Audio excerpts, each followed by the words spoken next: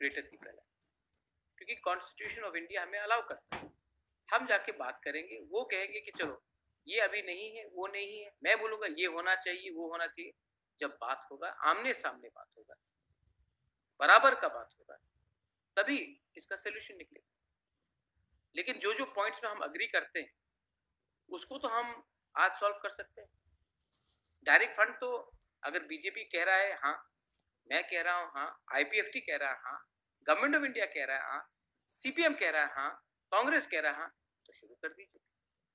जमीन का अधिकार, अगर मैं कह रहा हूँ हाँ, आप कहेंगे हाँ, तो सॉल्व कर दीजिए।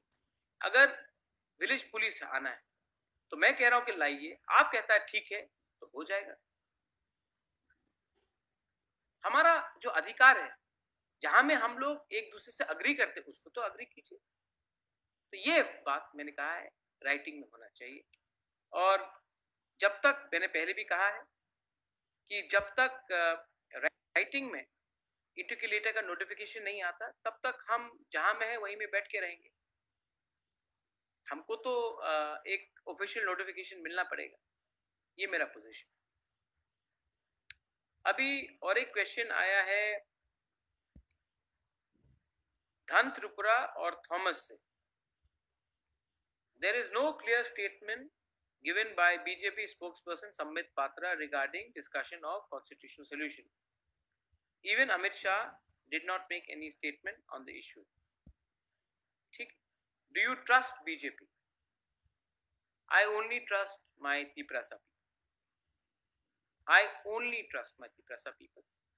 But the Home Minister has told me clearly that there will be an interlocutor, there will be official talk, and we will be invited for official dialogue with the government of India. He said that yesterday. Sambit Patra ने अपने party के ओर से जो बोला है, मैंने भी tweet किया कि बात होगा।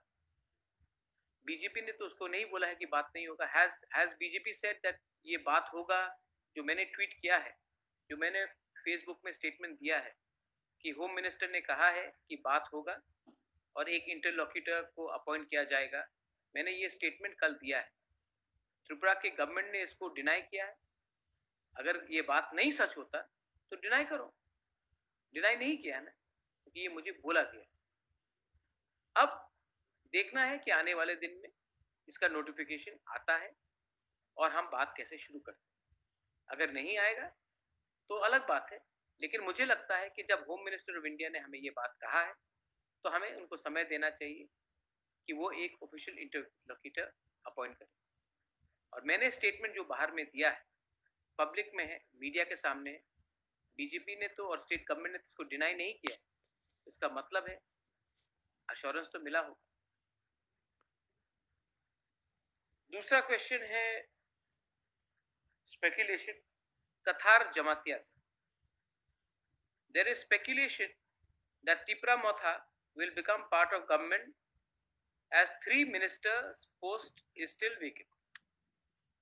मैं जानता हूं कि 3 ministers post vacant है, लेकिन हम लोग इलेक्शन जीत के नहीं आए क्योंकि 3 आदमी को मिनिस्टर बनाना था। हम लोग इलेक्शन जीत के आए आपका प्यार से, और आपको बोला गया है कि आपको आपका संवैधानिक अधिकार दिया जाएगा। तो जब तक हमारा ये कॉन्स्टिट्यूशनल सोल्यूशन का अग्रीमेंट नहीं होता है, तब तक हम मिनिस्टर नहीं बने। गवर्नमेंट में पोस्ट, मिनिस्टीरियल पोस्ट नहीं ली। जो गलती आईपीएफटी ने 2018 में किया कि कमेटी बनने के बाद इमीडिएटली मंत्री बन गए, उसके बाद चुप रहे क्योंकि मंत्री बन गए तो प्रेशर नहीं कर सके गवर्नमेंट को हमारा बुकुंग बारा का अधिकार के बारे में बात करने के लिए। वो गलती आईपीएफटी का गलती तिपरा मोथा नहीं करेगा। जब तक हमारा सोल्यूशन का अग्रीमेंट नहीं होता है, जब तक कॉन्स्टिट्यूशनल सोल्यूशन नहीं मिलता है, जब तक हमारा डिमांड का अचीवमेंट नहीं होता है, जब तक हमारा तिपरासा को कुछ नहीं मिलता है, तब तक हम लोग गवर्नमेंट में नहीं बैठे। आई होप मैं क्लियर हूँ, क्योंकि 2-3 लोग लिखते रहते हैं, लेकिन लिखने से कुछ नहीं होता। मैं ना एमएलए हूँ, मैं मंत्री भी नहीं बन सकता, तो मुझे क्या चाहिए? मुझे आपको कुछ देना है, और आपको अगर कुछ देना है तो इसके लिए एक होकर हमें एक संग रहना है। आपको संग गद्दारी नहीं करना है। जो गलती आईपीएफटी ने किया वो गलती बुबागरा नहीं करी। दूसरा क्वेश्चन है अगेन बाय कथा।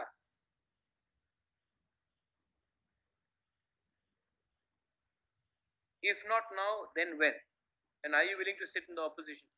जब तक सोल्यूशन नहीं होगा हम ऑपोजिशन में बैठेंगे, क्या प्रॉब्लम? इतना साल ऑपोजिशन में बैठे, सीपीएम के अगेंस्ट ऑपोजिशन में बैठे, बीजेपी के संग ऑपोजिशन में बैठ जाएंगे। हमारा जो 13 एमएलए है वो तो कोई सरकार में आज तक एक भी एमएलए मंत्री बना नहीं। सिर्फ अनिमेश और ऋषिकेतु पहले एमएलए थे, वो टाइम भी ऑपोजिशन में थे, और जब ऋषिकेतु था वो तो मंत्री नहीं बना। तो हमको कोई लालच नहीं। और जो हमारे 11 एमएलए और हैं सब नए नए हैं, फ्रेश हैं। एमएलए बना वो भी आपका आशीर्वाद है, वो भी आपका कृपा है, उससे हम खुश हैं। अगर कुछ और मिलता है तो हमसे पहले हमारा तिपरासा को 14 लाख तिपरासा को कुछ दे दो, उसके बाद हमें कुछ दे दो। लेकिन जब तक आपको कुछ नहीं मिलेगा हम लोग अपने लिए कुछ नहीं लेंगे। अमित त्रिपुरा से एक क्वेश्चन है। There is some circulation in social media, कुछ सर्कुलेशन है सोशल मीडिया में कि कुछ डिमांड लिस्ट दिया गया था, ये सही है कि गलत है? हमने जो भी डिमांड्स हम देंगे हम इंटरलॉक्यूटर को देंगे, फेसबुक में और सोशल मीडिया में शेयर नहीं करेंगे। ये बात हाई लेवल में, ये बात हम फेसबुक से या सोशल मीडिया से लीक करके, ये सब जो व्हाट्सएप ग्रुप में चल रहा है वो फेक है। जो भी होगा वो हाई लेवल में होगा। हम लोग अपना जो डिमांड है वो हाई लेवल को कमेटी को देंगे, और जब अप्रूव होगा तब उसके बाद हम आपको बताएंगे क्या बात हो रहा है। तो ये जो चल रहा है सोशल मीडिया में वो 100% नकली फेक खबर है। आरती रियांग एंड सचलांग दे बर्मा से एक क्वेश्चन है, ये मेरा प्राइवेट क्वेश्चन है, बताया आपका हेल्थ, अरे वो मैं बाद में आंसर करता हूँ अपना हेल्थ के बारे।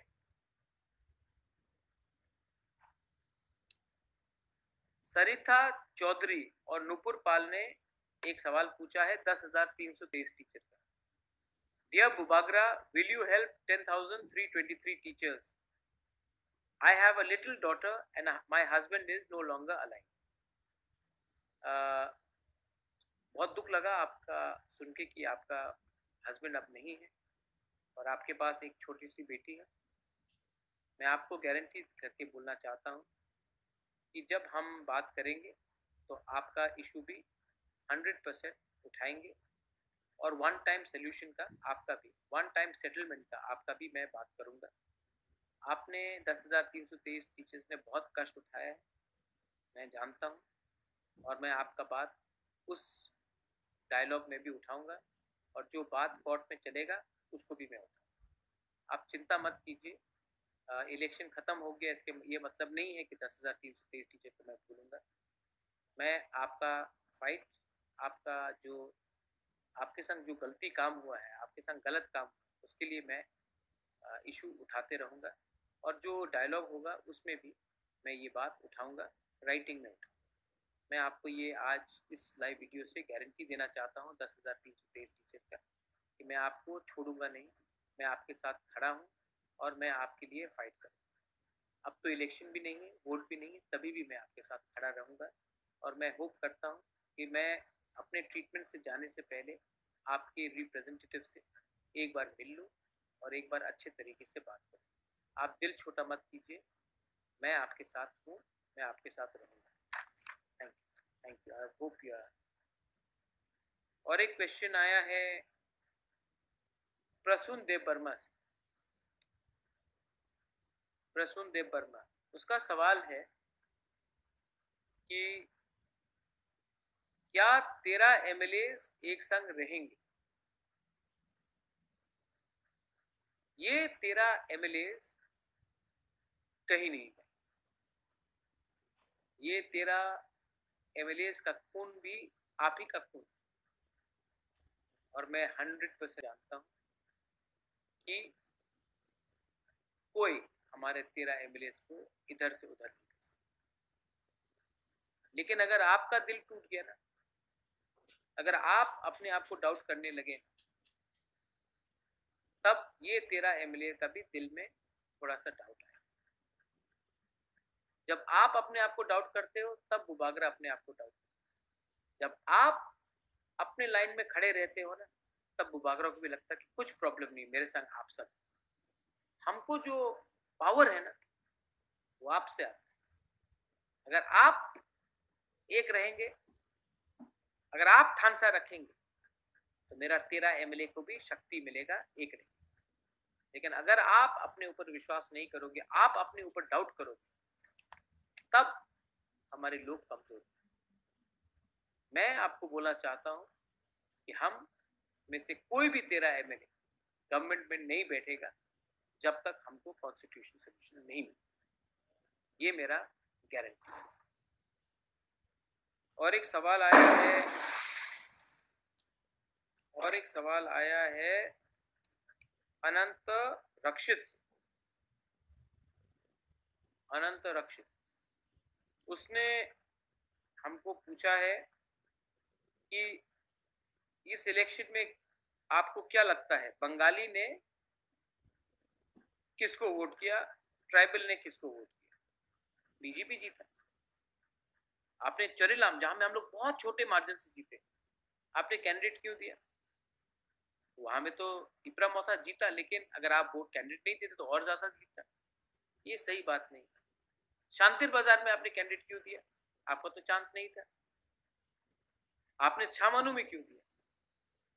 आपका तो चांस नहीं था। आपने कैंडिडेट दिया, इसके लिए वोट बटा, तो हारे। कृष्णपुर में क्यों दिया? करमछरा में कोई चांस नहीं था, आपने क्यों दिया? तो आपने भी, और ऐसा नहीं है कि हम लोग बहुत जगह से सेकंड नहीं आए, बहुत जगह में सेकंड आए, और हम लोग हारे क्योंकि आपका वोट विनिंग मार्जिन से ज्यादा था। तो ये लॉजिक सिर्फ हमारे ऊपर अप्लाई होगा नहीं होगा। एक इंटरेस्टिंग बात है, जितेंद्र चौधरी बहुत कम वोट से जीते। क्यों जीते? इप्रा मोथा ने अगर कैंडिडेट दिया होता तो जीतता। आज जितेंद्र चौधरी जीता है क्योंकि तिपरा शाह ने उनको वोट किया। जनरल एरिया में तो जितेंद्र चौधरी हार रहे थे। 18 ऐसा सीट है जहां में मैंने कैंडिडेट नहीं दिया, वहां में मैक्सिमम कौन जीता है? तो गलती सब तरफ से हुई है। एक आदमी को गलती उंगली पॉइंट करके करने से ठीक नहीं।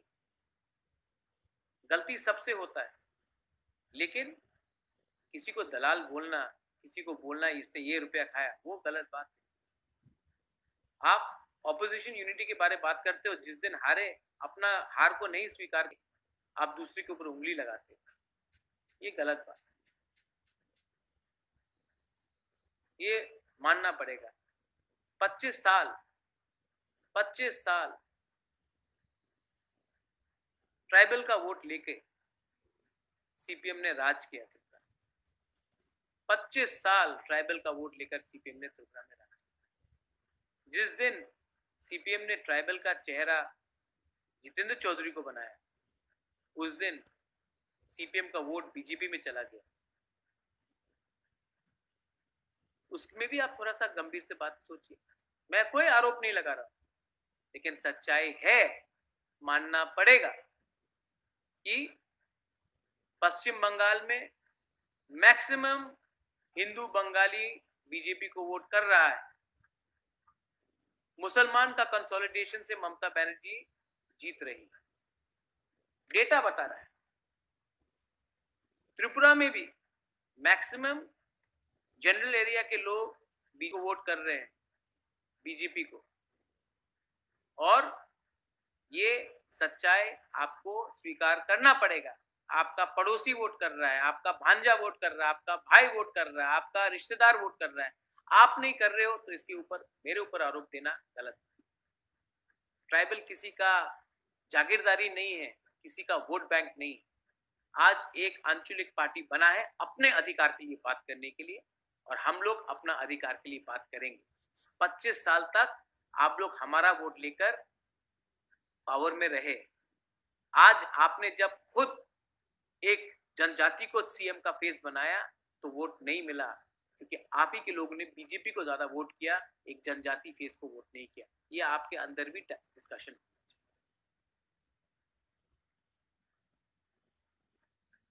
अब कोई दूसरा सवाल आता है?